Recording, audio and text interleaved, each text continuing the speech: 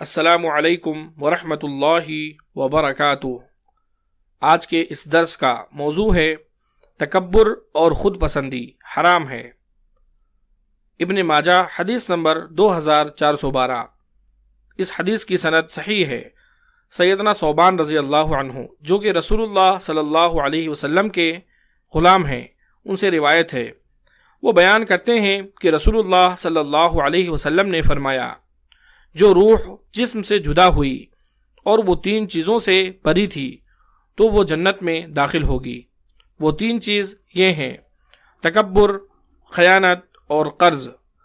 تکبر، فخر و غرور اور خود پسندی حرام ہے، کیونکہ یہ اللہ کی صفت ہے، جیسا کہ ارشاد باری تعالی ہے سورۃ الحشر آیت نمبر 23، هو اللہ الذی لا الہ الا هو الملک القدوس السلام المؤمن المہیمن العزیز الجبار المتکبر سبحان اللہ عما یشرکون۔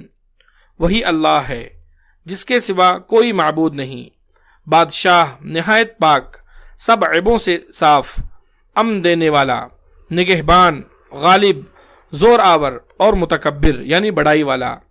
پاک ہے اللہ ان چیزوں سے جنہیں یہ اس کا شریک بناتے ہیں۔ ایک دوسرے مقام پر ارشاد فرمایا کہ مومن ایسے لوگ ہوتے ہیں جن میں غرور و تکبر نہیں ہوتا، انہی کے لیے آخرت کی کامیابی ہے۔ ارشاد باری تعالی ہے سورۃ القصص آیت نمبر 83، تلک الدار الآخرۃ نجعلها للذین لا یریدون علوا فی الارض ولا فسادا والعاقبۃ للمتقین۔ یہ آخرت کا گھر ہم ان لوگوں کے لیے خاص کرتے ہیں جو دنیا میں لڑائی چاہتے ہیں اور نہ فساد، اور اچھا انجام پرہیزگاروں کے لیے ہوتا ہے۔ حضرت لقمان علیہ السلام نے اپنے بیٹے کو ان قبیح صفات سے بچنے کی نصیحت کی تھی۔ ارشاد ہوتا ہے بنی اسرائیل آیت نمبر 37 میں، وَلَا تَمْشِ فِي الْأَرْضِ مَرَحًا، اور زمین میں اکڑ کر مت چل۔ اور دوسری جگہ ارشاد ہوتا ہے سورہ لقمان آیت نمبر 18 میں، وَلَا تُصَعِّرْ خَدَّكَ لِلنَّاسِ وَلَا تَمْشِ فِي الْأَرْضِ مَرَحًا إِنَّ اللَّهَ لَا يُحِبُّ كُلَّ مُخْتَالٍ فَخُورٍ۔ اور لوگوں کے لیے اپنا منہ مت پھلا اور نہ زمین میں اترا کر چل، یقیناً اللہ تعالی ہر تکبر کرنے والے اور فخر کرنے والے کو ناپسند کرتا ہے۔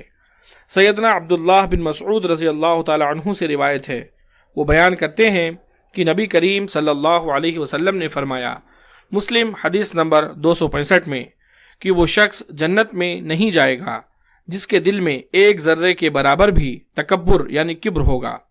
ایک آدمی نے سوال کیا، آدمی کو یہ پسند ہوتا ہے کہ اس کا لباس اچھا ہو اور اس کے جوتے اچھے ہوں، تو آپ صلی اللہ علیہ وسلم نے جواب دیا کہ یقیناً اللہ صاحب جمال ہے اور وہ جمال یعنی خوبصورتی پسند کرتا ہے۔